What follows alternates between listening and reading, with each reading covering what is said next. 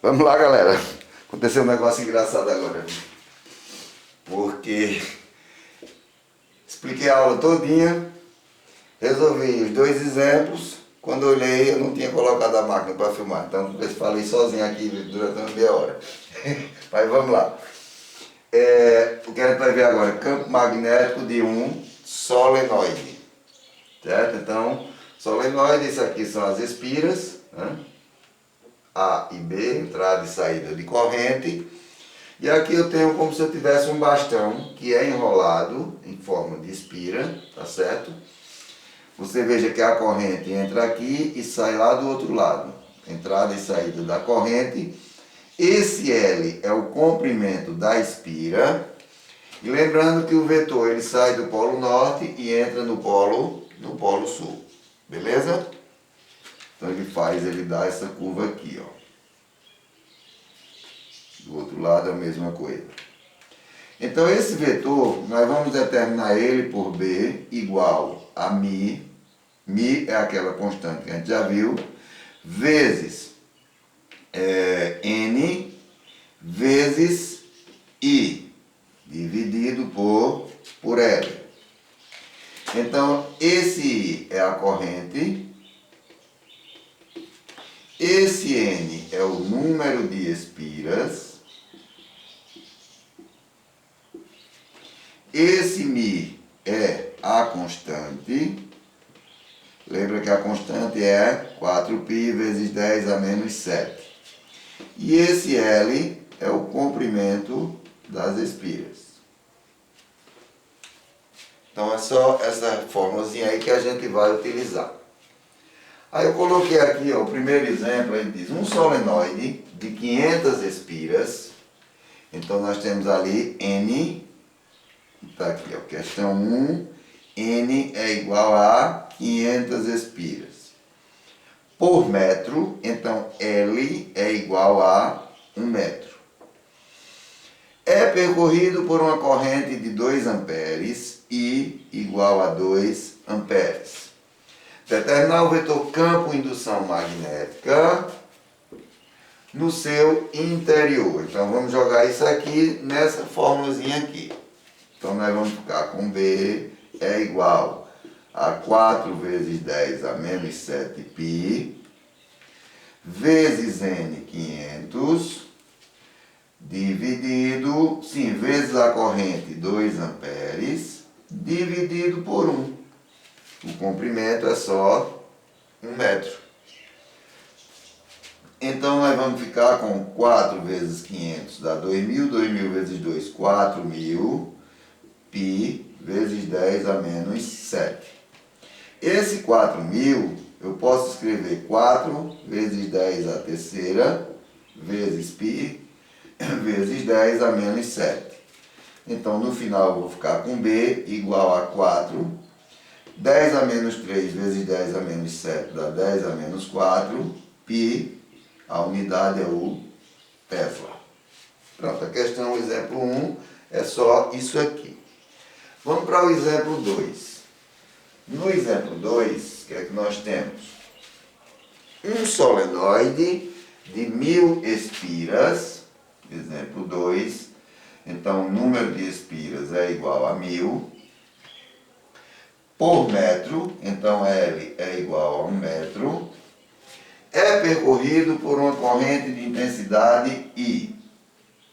Sabendo que o vetor indução magnético no seu interior, então B é igual a 8π vezes 10 a menos 4 teslas. Ele pede para calcular o valor de I. O que é que nós temos? B, 8π vezes 10 a menos 4 é igual a 4π vezes 10 a menos 7, que é o valor de μ. O número de espiras é igual a 1000 vezes 1000. Esse 1000 eu já posso colocar ele 10 a terceira. Então, vezes 10 a terceira, certo? Vezes a corrente I.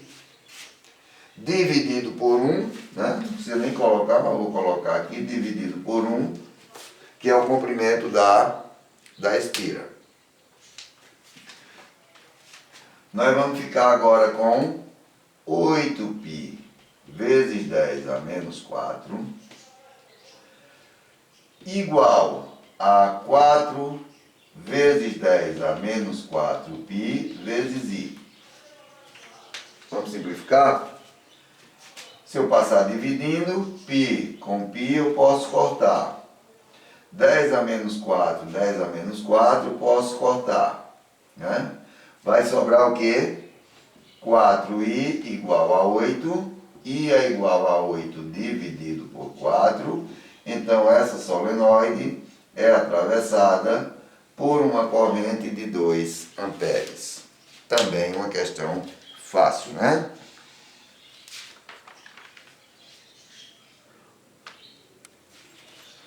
Vamos apagar e fazer mais um?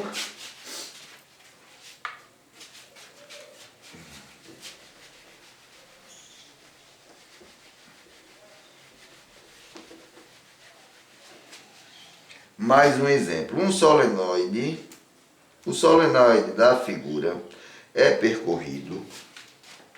Exemplo 3. O solenoide da figura é percorrido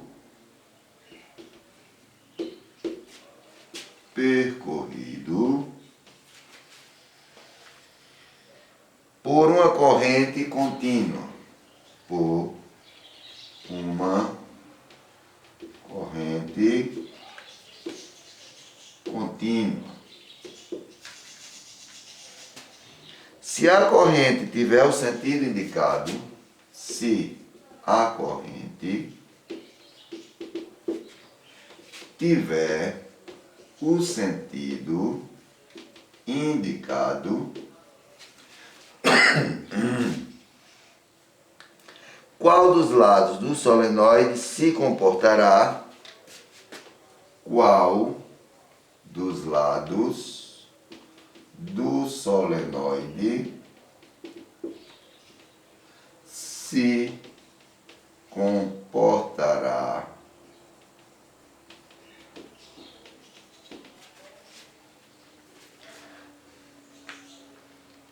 como o polo sul magnético? Como o polo sul magnético.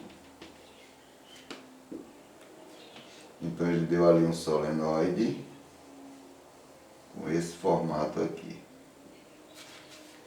Aí disse que a corrente entra aqui.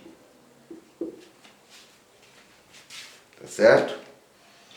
Então, ele dá o solenoide da figura, percorrido por uma corrente contínua, certo? E se a corrente tiver o sentido indicado, qual dos lados do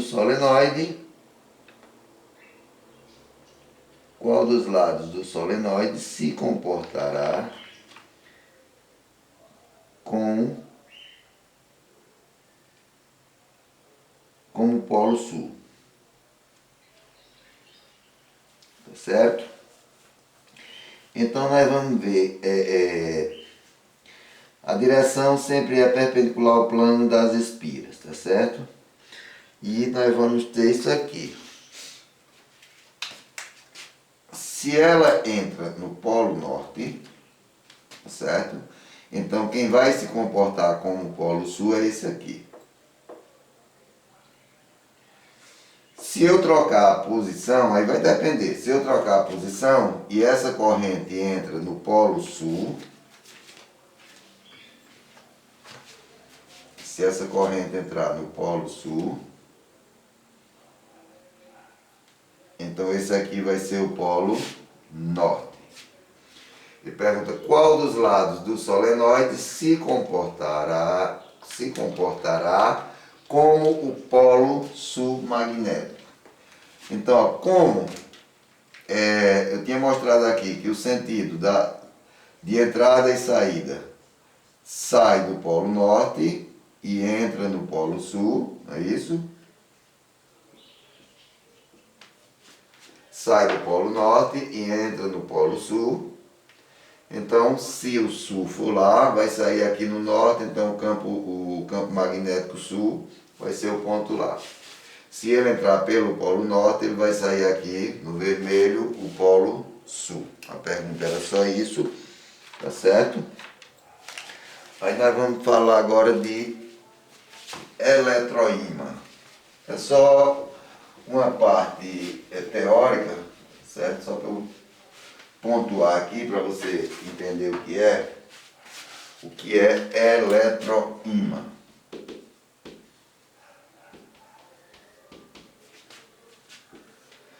Uma delas é a campainha e a outra são os guindastes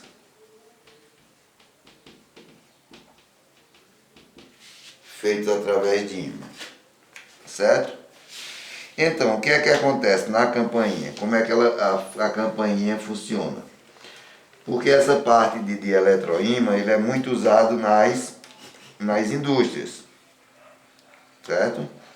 Aí geralmente passa vai existir um solenoide, vai passar a corrente pelo fio, tá certo? E se você vê aquelas campainhas de badalo, não chama campainha de badalo, que ela tem um prato e aqui bate, né? Isso aqui bate sobre ela. Aquela batidinha, né? Ela vai ter uma mola, ela tem uma mola aqui, mas essa mola não vai servir como solenoide, tá certo?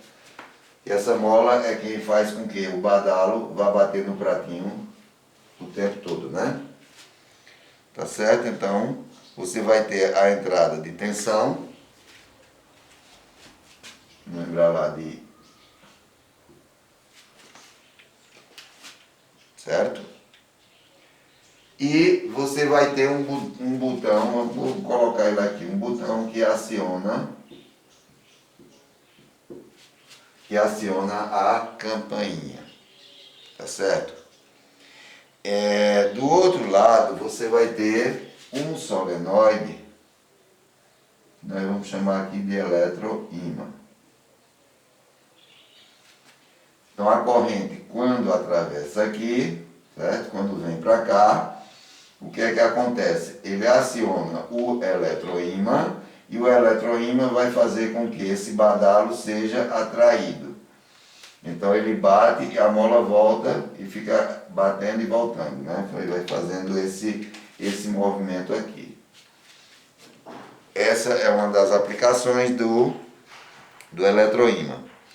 E o outro são os guindastes, que eu falei, o guindaste magnético, aqueles guindastes grandes, né, que pega aquelas barras de ferro muito grandes, quando ele coloca aqui o ímã, ele levanta as barras de ferro, tá certo? E outra coisa, para que alguns materiais sejam ferromagnéticos, isso é chamado de ponto de Courrier. No caso do ferro, o material ferro, ele vai chegar ao ponto de Courrier a 1131 graus. O ferro vai chegar ao ponto de Courrier a 1131 graus Celsius. Isso é o que? Para transformar, fazer do ferro, ele transformar-se no ímã, ele ficar imantado. Aí tem o outro que é o cobalto. O cobalto é a 770 graus Celsius. E por último o níquel, são os três elementos que podem ser imantados. O níquel, que chega a 388 graus Celsius. Certo? Isso aqui é chamado de ponto de Courrier. Ponto de Courrier. É o ponto em que é necessário, certo? Para que haja a imantação desses, são os principais materiais que os principais materiais que podem ser imantados, ok? Então a gente termina essa parte aí de eletromagnetismo, a gente termina com isso aqui. Tem os exercícios para a gente terminar, eu vou terminar os exercícios na próxima aula, para a gente entrar em força magnética, ok? Então, até a próxima, a gente encerra por hoje aqui. Vimos a questão do solenoide, a questão dos eletroímãs, certo? E a questão também dos principais materiais que podem ser imantados, podem ser transformados em ímãs. Então o ferro chega a ser imantado a 1131 graus, o cobalto a 770 e o níquel a 388 graus. Ok?